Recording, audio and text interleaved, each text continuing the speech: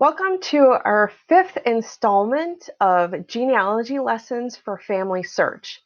This installment is going to look closer at the research search that you can do within FamilySearch itself.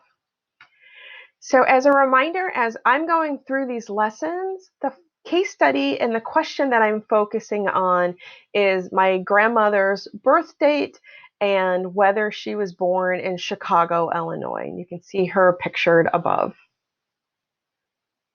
So where we start is at the search tab. So go ahead and click on the search tab. It will take you to the search page and then click on the map. So I'm clicking on the United States, and then from the menu I am picking Illinois, but you can click on those locations that are relevant to the question that you're researching. And then the page has a lot of information on it. It's sort of a jumping off point to other places, and it focuses on sort of a geographic region, in this case a state in total. So there's a lot of information here.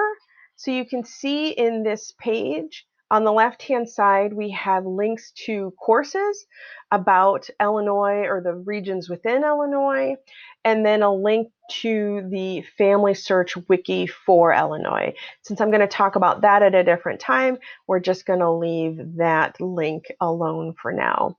And on the right-hand side, you see the indexed historical records, the searchable records within FamilySearch.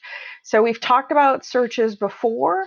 This is sort of another way into them, but not the only way into them. But I'm not going to go into that more deeply because we have talked about searches in earlier genealogy lessons for FamilySearch.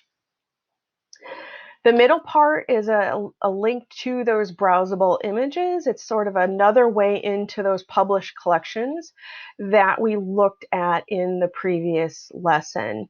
Here, instead of it being one long list, it's broken into the types of records that it includes. So you can kind of go through those, see if there's anything that you haven't taken a look at yet. These are non-searchable, non-indexed images, so definitely pay attention to both the type of record and the location of the record and the dates to see if it overlaps with your research question. Images of those books may contain a built-in index, so look at the beginning of a group of records and at the end to see if there's an index that can help you identify or get to the record that you're interested in. Always look at the image when you can, even if it's an indexed record, to make sure that one, it's been indexed and transcribed correctly, and that you have all the information that was included in the image. Sometimes there's additional information that was not transcribed to begin with.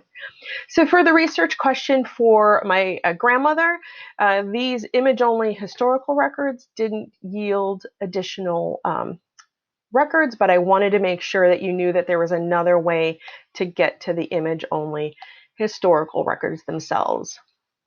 And towards the bottom of the page on the right includes the catalog of material related to the state of Illinois. And so this breaks it down even further, and you can see the top 5 records for each category, but you can see from the show all 4,644 or the show all 100, there's a lot more records within the catalog. This may break it down by a location, by an institution or an agency, but it's another place to go for those records. So there is a lot of information in FamilySearch that may be relevant to the search that you're doing.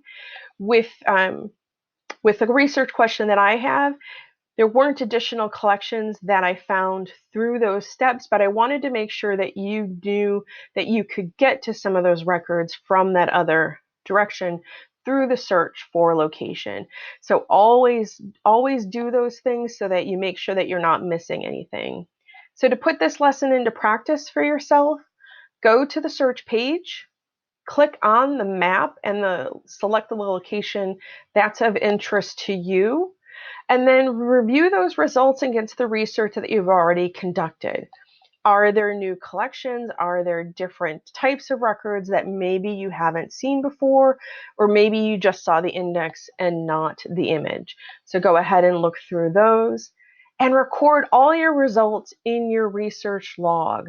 That is really important to make sure that you have that record to go back to and you know where to pick up your research if you have to step away from it for a little bit. So send any questions that you have to julie@hayska.org or post them in the comments section, and keep researching and come back for more genealogy lessons.